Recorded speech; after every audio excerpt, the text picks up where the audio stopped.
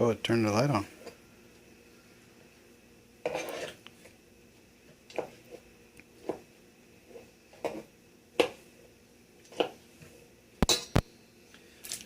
This is for salsa. It's the way I do it anyhow. I like a chunky salsa, and tomatoes cook down. There's no doubt about it. It cooks down into juice. You can cut it big, cut it small. I like to cut it into chunks, and then I don't have a bunch of stringy stuff left in the salsa. And but the onions, bell peppers, hot peppers, all that stuff I cut into chunks. And when they cook down, they're chewable. I like chewy stuff in my salsa.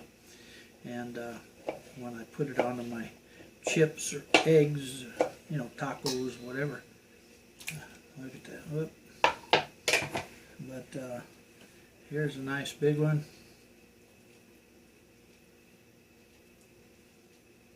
Got a spot where you just pull them off.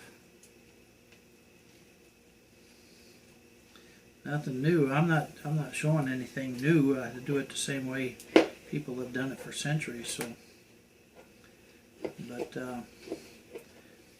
my wife Ann, she says, use this little cutter board because it'll capture a lot of water, and then you don't have a big mess. And that is a fact. All that tomato juice goes in there. So nice. That was a little bit. So, little knife. Ann says that little knife is for doing stuff just like this. And boy, it does work. Cut it out. Of course, all the trimmings go to the chickens, right? If you don't have chickens and you got a garden, shame on you. I don't have chickens, but I know somebody who does, so I give them all my trimmings. Maybe someday I'll have chickens. That'd be more work. But I like to eat eggs, so right now I'm buying them from a good friend and working out just fine. Once these are cut up, then I just go to my recipe, put in what I need, which is in my batch, I got a double batch, 2 canners worth, in other words, and it's 21 cups of tomatoes. Well,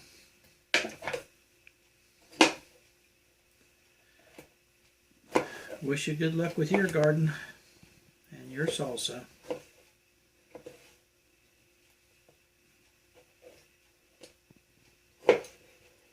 I just make 3 cuts.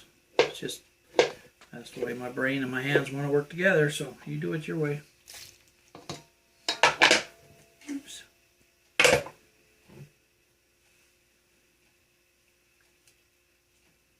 You can go through a pretty good sized bowl of tomatoes. Not too long. Don't take too long. And I think my wife had a pretty good idea, don't you? Of course, her mom taught her. You just pass it on.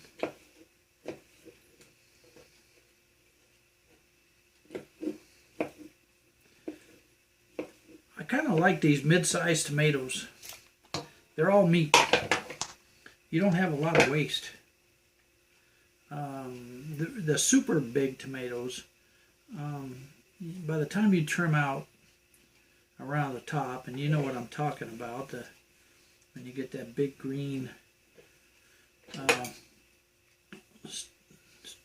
roots or whatever it is up at the top, by the time you cut all that out, you've lost a third of your tomatoes. So why not raise the mid-size, and if you raise mid-size, you don't lose hardly nothing. Just makes sense to me, and the flavor's good. Now I do raise beefsteak, and beefsteak's pretty good size, but salsa, Amish, Romas, all that good stuff, they're good ones too. They're small, they don't have as much waste, and they're pretty meaty. Just got to find the tomatoes that you like. If you like the flavor. Cherokee, big ones. Boy, they make some good salsa. I am impressed. This is my first year. And we do have some, we haven't picked it in this batch, but we're going to. And we're going to be getting some big Cherokee tomatoes. Big, dark, really dark tomatoes. They're wonderful. Thick. They really thicken up your batch.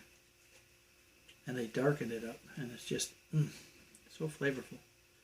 First year of Cherokees. So for you folks that have eaten Cherokee for years, well, I guess I was missing it, huh? But I caught on to you.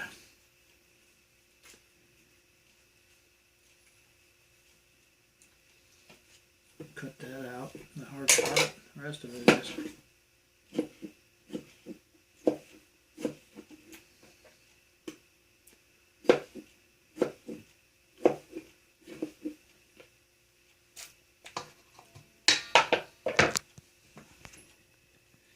Well, this makes a pretty good salsa, and of course you can can your tomatoes.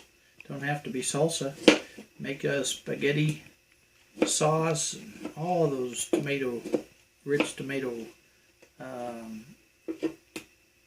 canned goods. And there's lots of food in the garden this year.